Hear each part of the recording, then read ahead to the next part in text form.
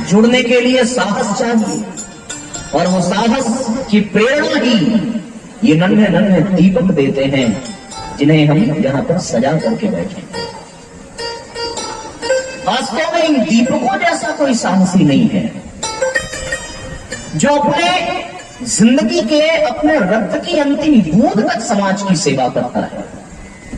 और ये कितना सुंदर संयोग है कि जो दीपक है वही हम लोग भी हैं, इसमें कोई दो राय नहीं। अच्छा एक बात बताओ, दीपक का निर्माण कैसे होता है? दीपक को बनाने के लिए मिट्टी चाहिए, एक मिट्टी को गूंथ करके लोदा बनाने के लिए पानी चाहिए, तो मिट्टी को सुखाने के लिए आकार देने के बाद वायु चाहिए 3, और जब थोड़ा सा वो आकार उसका मजबूत हो जाए तो फिर उसको पकाने के लिए अग्नि चाहिए 4, और अंतरिक्ष के तले घोर अंधकार में भी प्रकाश से परिपूर्ण वो दीपक अंतरिक्ष में भटकने वाले यात्रियों की सहायता करता है। 5 तत्व दीपक में, और हम लोगों में भी वो 5 तत्व विद्यमान है ना? वो स्वामी जी ने दर्शन कराया। छित जल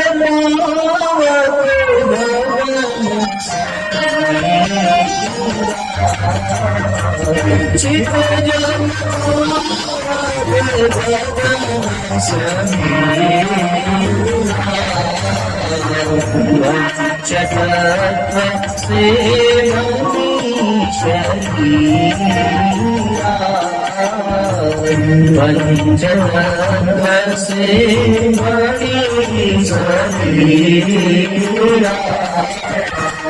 केवल 5 तत्व ही नहीं है, इस दीपक में मन भी है, इस दीपक में आत्मा भी है, इस दीपक में जीवनी शक्ति भी है। जीवनी शक्ति हमारे भीतर है ना, वो रक्त, वो प्राण, वो इस दीपक में तेल और घी के तरीके से विद्यमान है। जैसे हमारा मन है, उसी तरीके से इस दीपक में मन रूपी बाती भी है। और जिस प्रकार हमारे भीतर वो आत्मा प्राज्वल्यमान है, उसी प्रकार इस दीपक में जो जलने वाली लौ है वो कुछ और नहीं, केवल और केवल आत्मा है। तो सारा कुछ तो इस दीपक में विद्यमान है। फिर इस दीपक में, जलते हुए दीपकों में और हमने कोई अंतर नहीं है। तो फिर जो दीपकों का जीवन होता है, यदि वैसा ही जीवन हमारा भी हो जाए तो आज दीप एक में बैठना सार्थक हो जाएगा। दिए से दिए को जलाना पड़ेगा, धरा पर अंधेरा बहुत छा रहा है, दिए से दिए को जलाना पड़ेगा। तो आइए थोड़ा सा समझने का प्रयास करें, इस दीपक की जीवन यात्रा पर दृष्टिपात करें कि ये दीपक कैसे साहस का, कैसे हिम्मत का एक संदेश देता हुआ अपने जीवन को जीता है। यदि वो हिम्मत, वो साहस हमारे भीतर आ जाए तो फिर भैया हम भी उस चेतना से जुड़ जाएंगे और दीपक के तरीके से दुनिया को प्रकाशित करेंगे। तो फिर 5 तत्वों से बना हुआ यह दीपक और 5 तत्वों से बनी हुई है देह। जैसे इस देह का संचालन मन से होता है, उसी तरह मन रूपी बाती इस दीपक में विद्यमान है। ये देह तब तक सक्रिय है जब तक इस देह में जीवनी शक्ति, प्राण शक्ति है। उसी तरह वो दीपक भी तब तक सक्रिय है जब तक उसके शरीर में वो तेल, वो घी, वो प्राण विद्यमान है।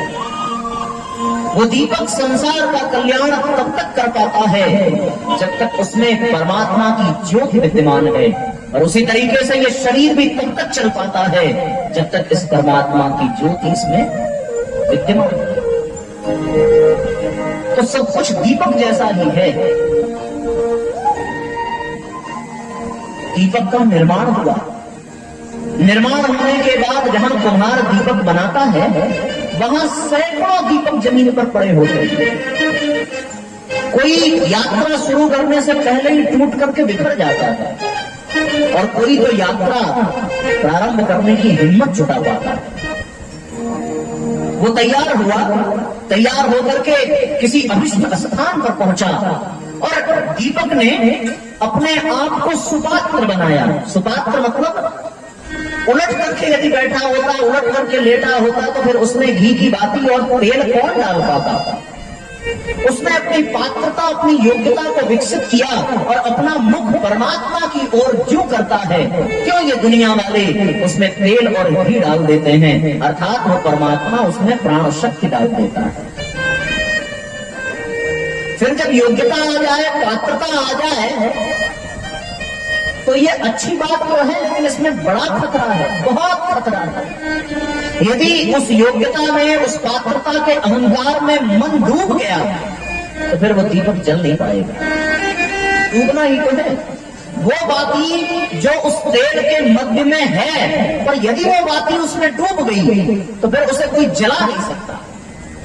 उसको जलने के लिए उस पात्रता के, उस योग्यता के, उस प्राण तत्व के अहंकार से ऊपर उठना पड़ेगा और ऊपर उठ करके उसे थोड़ा सा बाहर झांकना पड़ेगा, तभी तो हम उसमें लौ लगा पाएंगे।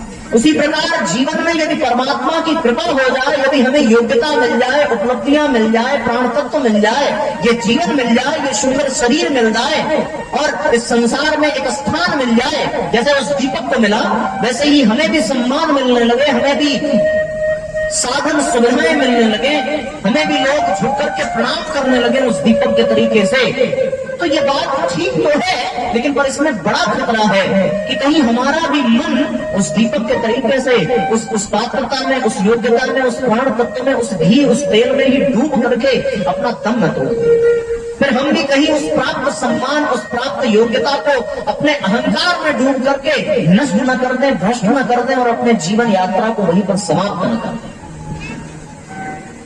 तो जैसे उस दीपक की बाती को थोड़ा ऊपर उठना पड़ता है, उसी तरह अपने मन को मनोविकारों से ऊपर उठाना पड़ेगा। यदि हमारा मन अहंकार में डूबा रहा, यदि हमारा मन काम क्रोध में डूबा रहा, तब तो फिर वो जल नहीं पाएगा।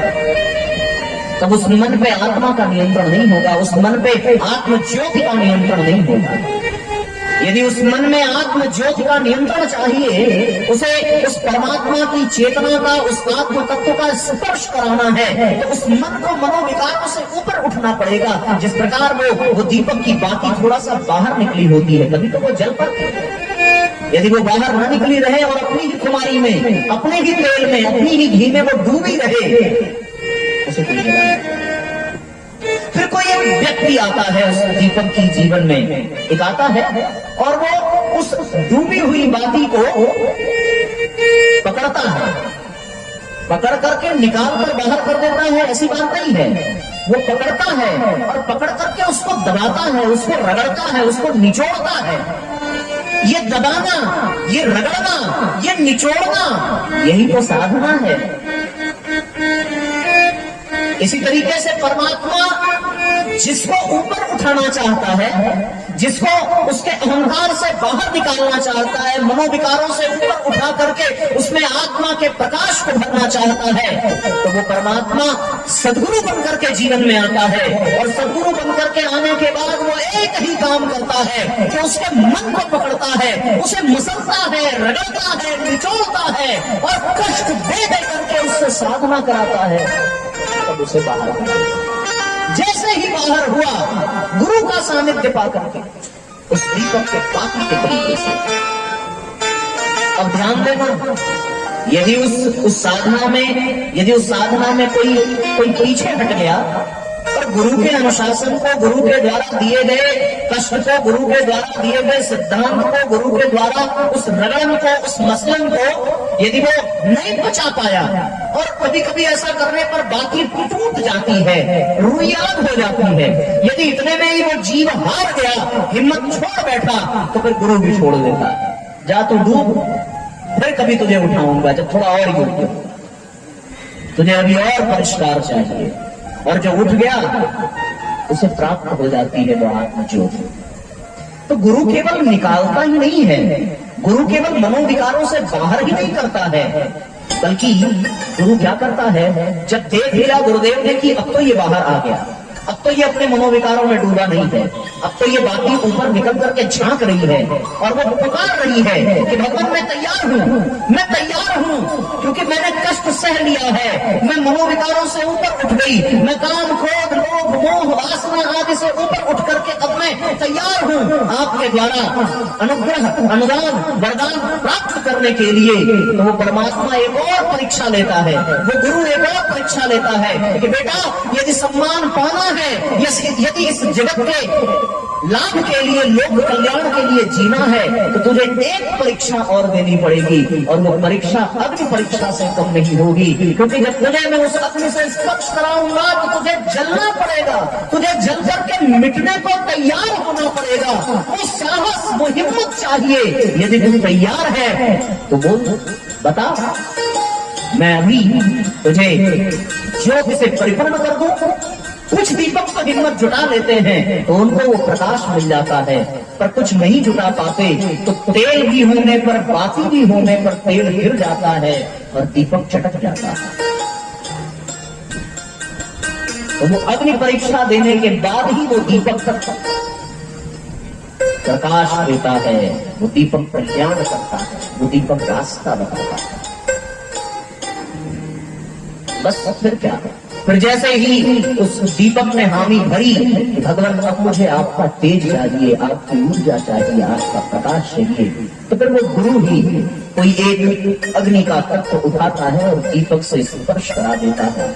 जैसे ही दीपक में अग्नि का स्पर्श हुआ, वैसे ही अभी तक उस दीपक को कोई पैरों से मार देता था, कोई उठा करके फेंक देता था, कोई अपमानित दृष्टि से देखता था, पर जैसे ही वो परमात्मा की ज्योति उस दीपक के संरक्षण में उस दीपक का साथ देती है, वैसे ही अब उस दीपक को न कोई पैर से छू सकता है, न कोई हाथ से छू सकता है, बल्कि जो जाएगा वो नतमस्तक होकर के उस दीपक को प्रणाम भी करेगा और परमात्मा को धन्यवाद भी देगा, और फिर तभी उस दीपक का दीपक होना सार्थक हो जाता है। हमारा भी जीवन ऐसे ही है कि हम भी तो पंच तत्व से बने, हमें भी परमात्मा ने प्राण शक्ति दे दी, हमें भी मन रूपी बातें दी, पर हमारा जो मन है वो अभी भी उस तेल उस घी के भीतर ही डूबा हुआ है ना, अभी भी वो साधना से डर रहा है। गुरु तो चाहता है कि निकाल दूं, मसल दूं, निचोड़ दूं और इसको योग्य बना करके बाहर कर दूं। ये जिस अहंकार में डूबा हुआ है, जिस लोभ मोह तृष्णा वासना में डूबा हुआ है, गुरु चाहता है निकाल दो, पर बात बनती नहीं। जिस दिन बन गई उस दिन गुरु का प्रकाश बन जाएगा, गुरु की कृपा बन जाएगी, और फिर हम भी स्वयं को जला करके दुनिया को प्रकाशित करेंगे, और इसी में मनुष्य जीवन की सार्थकता है। छोटा सा सूत्र आज के इस दीप यज्ञ के पावन पर्व पर, तो अपने स्वरूप को पहचान करके वो दीपक जब बाहर निकलता है अपने तेल और बाती के परिधि से, अर्थात अपने अहंकार और तृष्णा वासनाओं से, मनोविकारों से, तो उसके लिए कोई साधना चाहिए, कोई गुरु चाहिए, और जो गुरु चाहिए उसी से रिश्ता जोड़ना है। तो फिर वो कष्ट सहने के लिए हिम्मत चाहिए जो दीपक के पास है। तो यदि आप भी दीपक के तरीके से अपने जीवन को धन्य बनाना चाहते हो तो आपके पास एक अवसर है, उस गुरु का आवाहन करें और गुरु का आवाहन करके ये कहें कि भगवान हम भी कष्ट सहने को तैयार हैं, हम भी दुख सहने को तैयार हैं, हम भी साधना करेंगे और आपके द्वारा बताए गए पथ पर चलेंगे, तभी तो हमें बुद्धि का लाभ मिलेगा और हम स्वयं जल करके दूसरों को भी